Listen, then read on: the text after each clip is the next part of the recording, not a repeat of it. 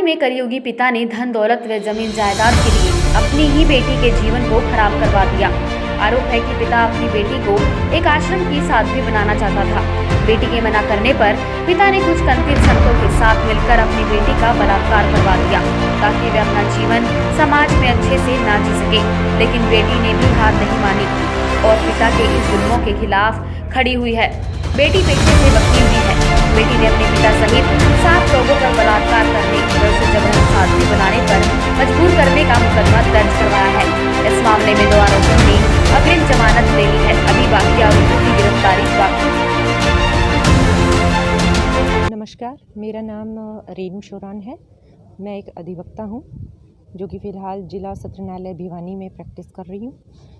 मैं आज एसपी साहब के पेश होने के लिए आई हूँ यहाँ पे। मेरी एक एफआईआर नंबर 96 जो 22 नवंबर 2020 में मैंने महिला थाना भिवानी में दर्ज कराई थी 7 दोषीगणों के खिलाफ, लेकिन आज तक उसमें कोई भी गिरफ्तारी नहीं हुई है। एक एडवोकेट संजीत भालोठिया हैं और एक दोषीगण मेरे पूर्व पति रविंदर सिंह सहारण हैं जिन्होंने अग्रिम जमानत ले ली है। बाकी उसके अलावा 5 और जो दोषीगण हैं उनके खिलाफ अब तक पुलिस ने कोई भी कार्रवाई नहीं करी है। रेनू जी, क्या मामला मुकदमा दर्ज करना है? क्या मामला? ये एक बहुत ही गहरी साजिश है जो कि मेरे को बाद में पता चली तब मैं पुलिस में आई।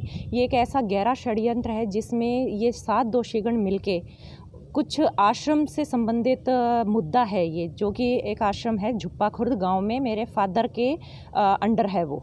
तो ये सारा मुद्दा जो मैंने अब खोजबीन करी खुद अपने स्तर पे, तो पाया कि उस आश्रम को मेरे फादर अपनी पर्सनल भूमि अपनी प्रॉपर्टी बनाना चाह रहे हैं, जिसके लिए लेकिन उसमें क्या था, बतौर उत्तराधिकारी किसी नाथ पंथ के व्यक्ति को ही मिल सकती थी, लेकिन इसमें मेरे फादर इसको अपनी पर्सनल प्रॉपर्टी बनाना चाहते हैं, अपने पोते को देना चाहते हैं, जिसके लिए उन्होंने स्वयं को अब उनका जो गुरु थे शंभुनाथ जी महाराज, उनका चेला बताया, परमप्रिय चेला बता के खुद उत्तराधिकारी बने और फिर अपने जीवन काल में एक वसीयत की कि मेरी बेटियां जो रेनू और मेरी सिस्टर है छोटी, जिसका मैं नाम अभी बताना नहीं चाहती, उनको मेरी मृत्यु के बाद उत्तराधिकारी बनाएं और वो इस आश्रम को सुचारू रूप से चलाएंगी और इसकी गतिविधियों को कैरी ऑन करेंगी। तो उनकी गतिविधियां और सुचारू रूप से आश्रम को चलाने के लिए संन्यास धारण करना पड़ेगा।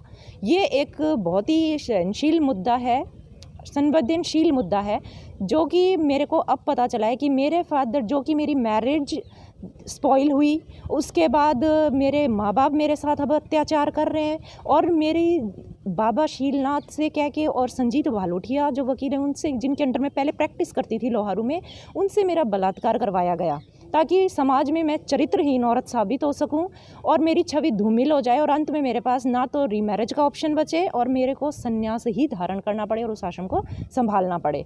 ये सारी चीज़ें, इससे संबंधित जो भी एक क्रिमिनल कॉन्स्पिरेसी थी, जब मेरे को समझ में आई तो मैं पुलिस के पास पहुंची हूं किसी तरह अपनी जान बचा के, और मैंने पुलिस में महिला थाना में अपनी दरख्वास्त दायर करी है, लेकिन उस एफआईआर पे आज 5 दोषीगणों के खिलाफ कुछ भी नहीं हुआ है, जिसके लिए मैं बार बार एसपी साहब की पेश होती हूँ, यहाँ तक कि डीजीपी पंचकुला में भी पेश हो चुकी हूँ पर्सनली, लेकिन उन 5 जनों की तरफ से और बाकी जो 2 हैं जो जमानत पे छूटे हैं, अग्रिम जमानत दे चुके हैं, वो सब मेरे को एलानिया धमकियाँ देते हैं कि तू कभी भी कुछ भी हासिल नहीं कर पाएगी, हमारी अप्रोच बहुत ऊपर तक है।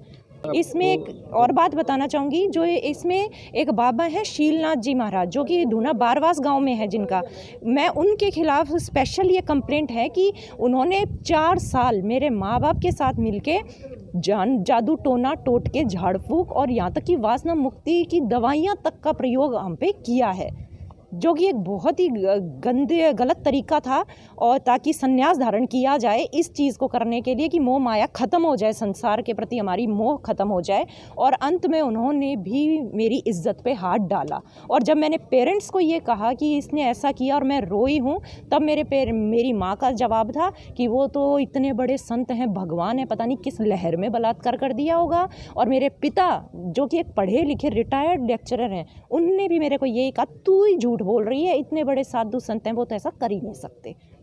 विरोध तो स्टार्टिंग से करती थी। 2016 में मेरे को शीलनाथ जी महाराज जी के संपर्क में लाया गया।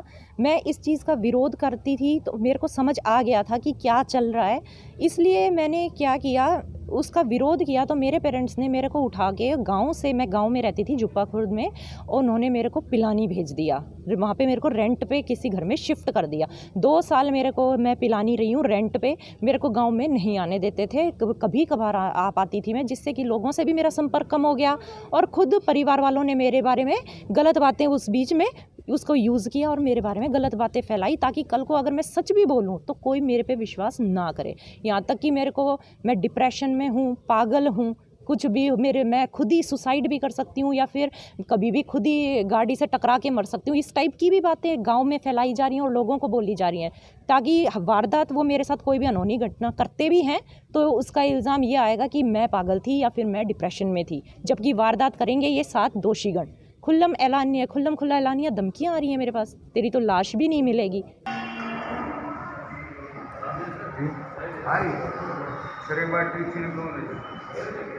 ये 6-7 नामजद आरोपियों के खिलाफ अभियोग अंकित हुआ था 96 नंबर 22/11/2020 को, जिसका अनुसंधान जारी है, जिसमें से 2 आरोपियों द्वारा अग्रिम जमानत लगाई गई थी, जो माननीय न्यायालय से मंजूर हो गई है। उनको शामिल तफ्तीश कर लिया गया है और अभी अनुसंधान जारी है। इसमें अपने मदर, फादर, भाई, इनके खिलाफ भी गंभीर आरोप लगाए हुए हैं, तो उसका अनुसंधान जारी है।